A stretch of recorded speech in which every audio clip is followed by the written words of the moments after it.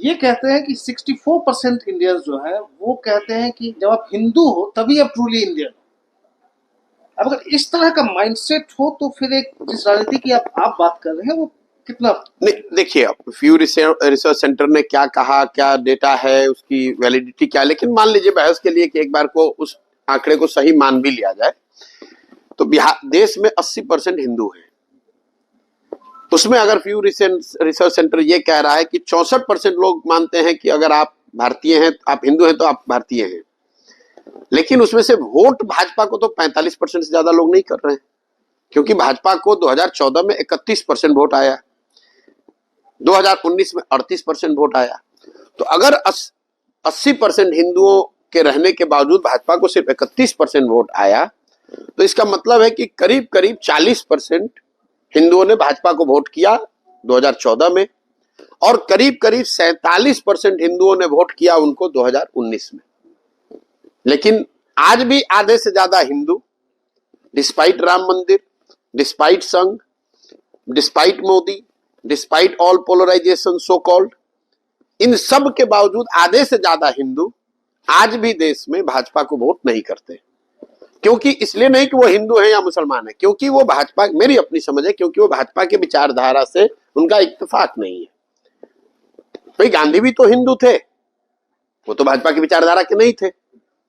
अंबेडकर भी तो हिंदू थे, तो जितने उनके मानने वाले अम्बेडकराइट हैं वो तो भाजपा की विचारधारा को नहीं मानते हैं। लोहिया और जयप्रकाश भी तो हिंदू थे, जो सोशलिस्ट विचारधारा को उनके फॉलोवर हैं वो तो भाजपा को नहीं मानते हैं। तो और जो कम्युनिस्ट विचारधारा के मानने वाले लोग हैं वो भी तो हिंदू हैं, वो भी भाजपा की विचारधारा को नहीं मानते। तो मेरा ऐसा मानना है कि हिंदू समाज में कई विचारधारा के मानने वाले लोग हैं, उसमें एक प्रीडोमिनेंट विचारधारा भाजपा की भी है। करीब करीब आधे से थोड़ा कम हिंदू उस विचारधारा को मान रहा है, जिसका फायदा भाजपा को उनको राजनीतिक तौर पर मिल रहा है। लेकिन जो करीब करीब आधे से ज्यादा थोड़े हिंदू जो भाजपा को वोट नहीं कर रहे हैं, वो इन चार विचारधाराओं के मानने वाले प्रीडोमिनेंटली लोग हैं।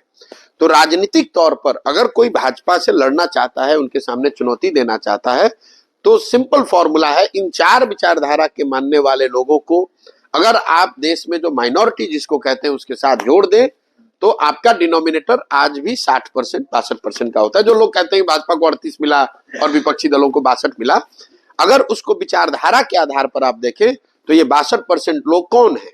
ये चार विचारधारा के मानने वाले हिंदू हैं, जो हिंदू गांधी को मानते हैं, अंबेडकर को मानते हैं, सोशलिज्म को मानते हैं और कम्युनिस्ट को मानते हैं, वो भाजपा को वोट नहीं करते हैं। और 18 से 20% जो माइनॉरिटी है वो भाजपा को वोट नहीं करता है।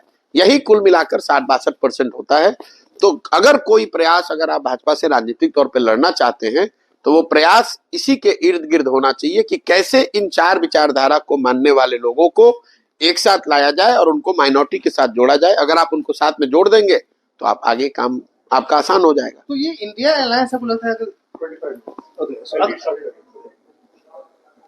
अगर ये इंडिया अलायंस आपको लगता है अगर हो जाता तो बीजेपी को टक्कर दे सकता है या 24 डन? नहीं, देखिए मैं फिर वही बात कह रहा हूं कि इंडिया क्या है, इंडिया अलायंस क्या है?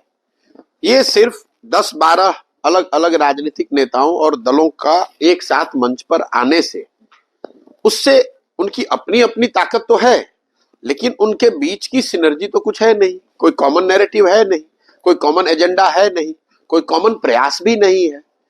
तो उन सिर्फ नेताओं के एक कमरे में साथ आकर बैठ लेने से, उनके साथ में बैठ के चाय पीने से, उनके एक साथ में बैठ के संवाददाता सम्मेलन करने से तो फायदा होगा नहीं।